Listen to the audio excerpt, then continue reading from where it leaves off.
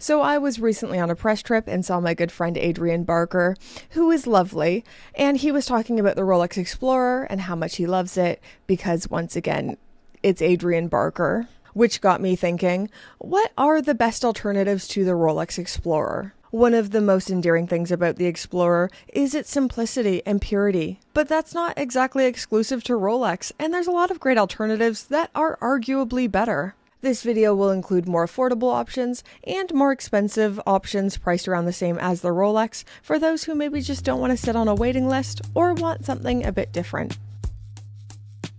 There is no other way to start this list. We need to talk about Omega. In the modern Omega catalog, there are two models that instantly come to mind, starting with the Railmaster. Introduced in 1957 as a professional model, this watch was intended for railway workers, scientists, or anyone who worked near electrical fields with the ability to withstand 1000 Gauss. It's been a model that has been in and out of the Omega catalog, presumably due to lack of interest, but I think it is one of the most underrated models in their catalog. So the modern variation has a 40mm case diameter, 12.7mm thickness, stainless steel case, and 150 meters of water resistance. Great in-house movement as well, with the Omega 8806 self-winding caliber giving 55 hours of power reserve. To me, this is more of a thinking man's choice of a go anywhere do anything watch, still with that sporty edge. It has all the same legibility and simplicity of the Explorer, but with a few more points of interest in the design with the vertically brushed style and triangular indices. The other Omega that comes to mind for me is the Aquaterra, and I, personally, think this is one of the best watches they have available. I would say this is just objectively better and costs less.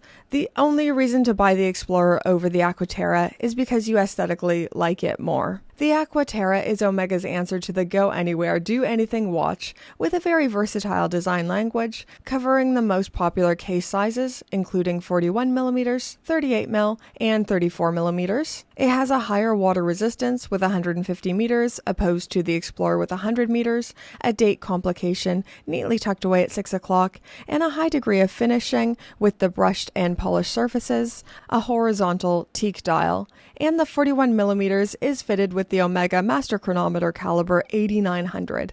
Everything about the Aquaterra is superior. You cannot objectively say that the Explorer is better, but you can subjectively say that the Explorer is more your preference. For example, the Rolex has a fully brushed bracelet rather than Omega's polished center links, no date, making it that little bit more pure, field, and sterile. It just tells you the time. So the next logical place to look is Tudor. Tudor, I hardly know her.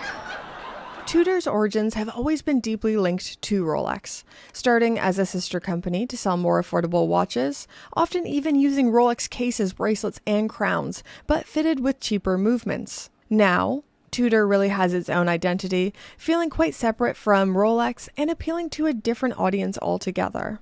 I say it all the time, but it's true.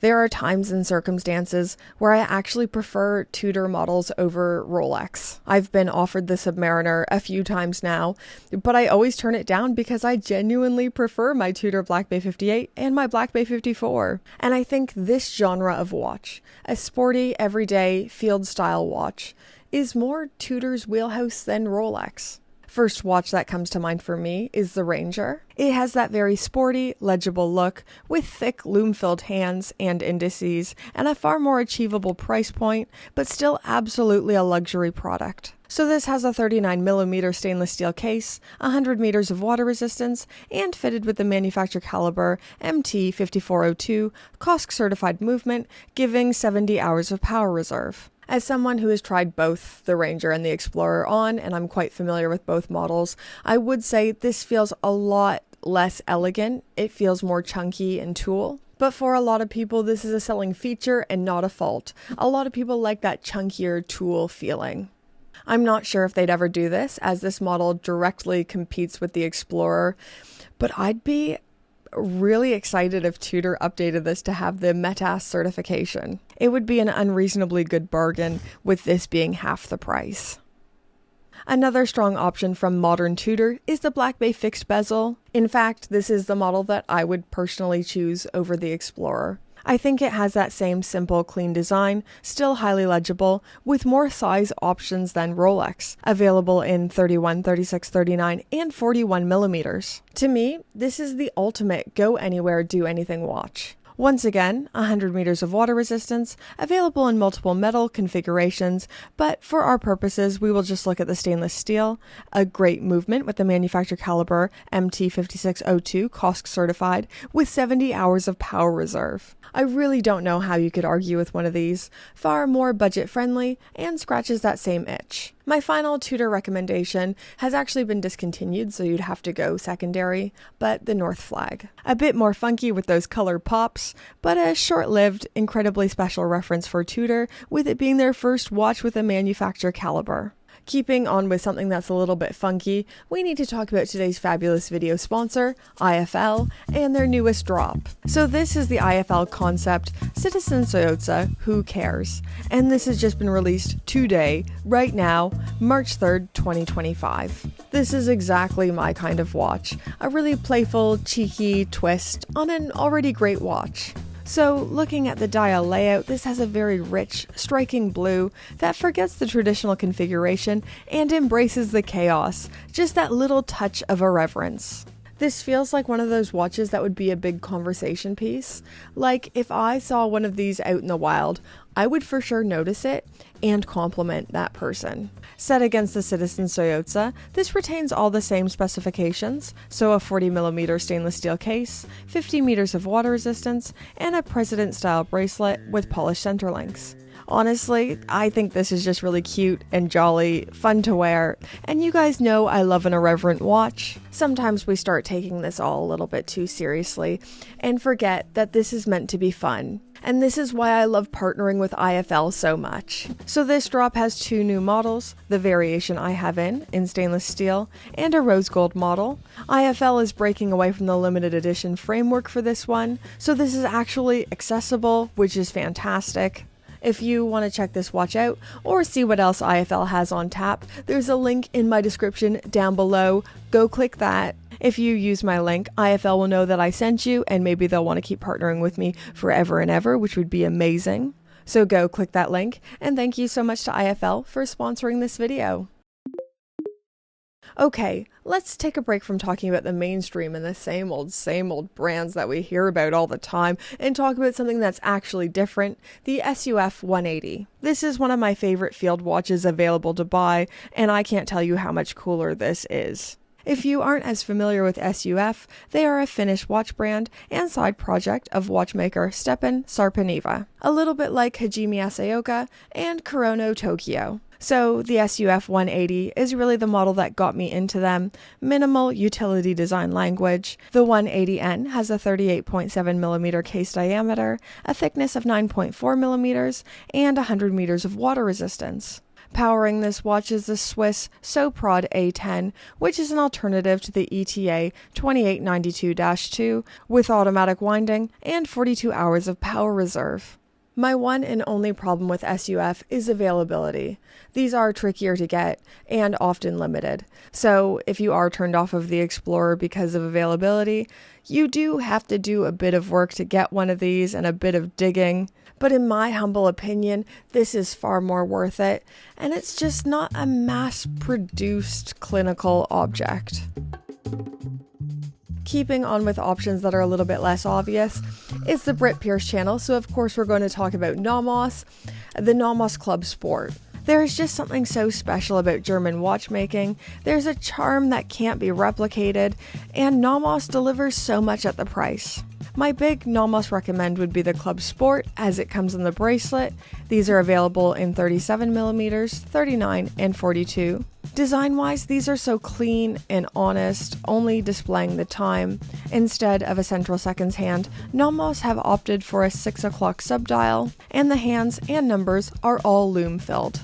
The water resistance steps it up a level with 200 meters, opposed to the Explorer with only 100 meters, stainless steel case material on bracelet, and NOMOS only fits their watches with their in-house mechanical calibers, so this has the DUW 3001 automatic winding movement, giving 43 hours of power reserve. I have been to their movement manufacturing and assembling facilities, and it's a big part of the reason why I love NOMOS as much as I do. It is exactly what you think of when you think of watchmakers creating and assembling movements. It's not robots, it's not crazy systems, it is exactly what you think it is and created to the highest degree. Okay, I really needed to include IWC in here because I think this is a category in which they dominate. They have that same level of brand power recognition and specialize in really legible, clean, undiluted dials. Although they are pilot watches, I think something like the Mark 20 scratches that same itch as the Explorer with that almost clinical feeling. The Mark 20 for me is particularly special because of its sizing and being available on a bracelet. So this has a 40mm case diameter, great sizing for average wrists, and fitted with an automatic movement, the manufacturer caliber 32111, 120 hours of power reserve, so a massive step up in that regard, and Côte de Genève finishing on the movement. I think this is the go-to Gada watch from them, but if you're looking for something a little bit smaller, like I always am, the Pilot's Watch Automatic 36 is the one. I can't stop thinking about this watch, so as the name would suggest, a 36mm case diameter in stainless steel, also available on bracelet or strap if you prefer, and a great price point for the level of watchmaking, design, heritage, all round fantastic. Moving on, and there's no way I could miss Sinn from this listicle. The first watch that comes to mind for me in this category is anything from the 556 range or 556, I'm sure is what normal people call it. My choice would be the 556i because I'm very boring, but if you like a bit of color, the 556i RS or the 556A for Arabic numerals. This is just minimal, humbly does its job, tells you the time. Fantastic looking. The design is so stark, almost cold feeling, and prioritizes functionality and durability over decoration. Powering this watch is the SW200-1 self-winding movement. Tried and tested Sellita caliber. You won't have any problems with this. 200 meters of water resistance and priced at 1,200 euros. It's just really, really hard to argue with one of these. Okay, we're getting down to the nitty-gritty here. We're getting towards the end, but there's still a few fantastic models we need to talk about. If you're into watches, you probably knew this one would be coming up at some point, but the Hamilton Khaki Field Mechanical. This is the field watch of field watch. Kind of busy actually for this category, but it toes that line of having a lot going on while also not feeling overcrowded. Very handsome watch. Available in 38mm and 42mm, and quite a few dial and material configurations. All of the specifications you'd be expecting at this point, so stainless steel case, sapphire crystal, H10 movement with 80 hours of power reserve, 50 meters of water resistance, so certainly less than the Rolex, and that's something worth keeping in mind. But when is the last time you needed 50 meters of water resistance? When is the last time you went swimming below 50 meters? For most people, 99% of people, this will be perfectly practical. The 38mm retails for £545, so you are getting a lot of watch sub £1,000. So every time I make lists like this, there are people asking, but where's Nivada Grenchen? And finally, after 3 years of being on YouTube, I have been bullied into talking about Nivada Grenchen. And yeah, the bullies were right. I should have been talking about them for a while now. For a competitor to the Rolex Explorer, I would personally recommend the Super Antarctic in black, 38mm, and still a small wrist-friendly 45mm lug-to-lug, really similar design cues with a 369, professional style handset, stainless steel case, and 100 meters of water resistance. This is also available with a more tropical looking dial, very faux vintage, so if you want something a little bit warmer, a bit more vintage looking, this is the way forward, but I would personally recommend the black dial instead. Okay, last but not least, the Smith's Everest. I was debating putting this one on here or not, but any self-respecting Rolex Explorer alternative listicle needs Smith's on there. It would be wrong without it. Now, the history of the Rolex Explorer is a bit fluffed up, to put it nicely.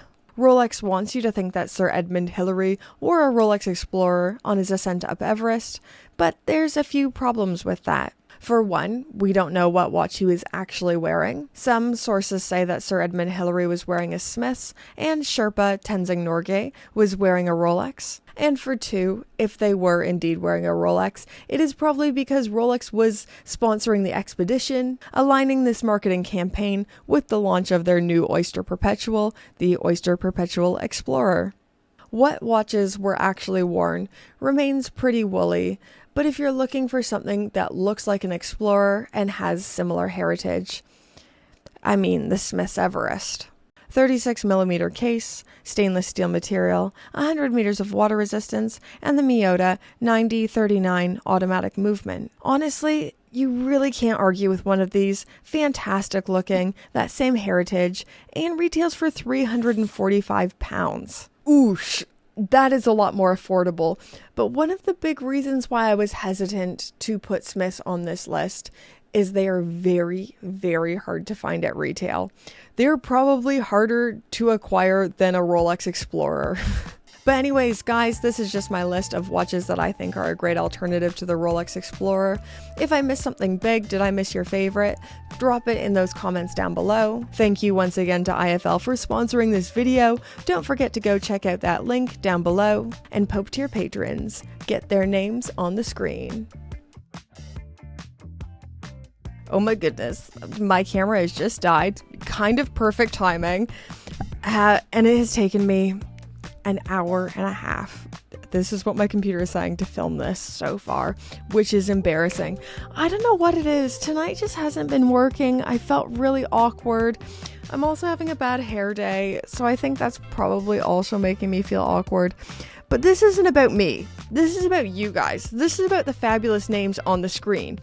Thank you so much, Pope tier patrons, for supporting my weird little channel. I love making these videos. I hope you guys keep enjoying them. And you're the best. You're the greatest human beings. And the best looking. Scientifically proven. So, take that to the bank.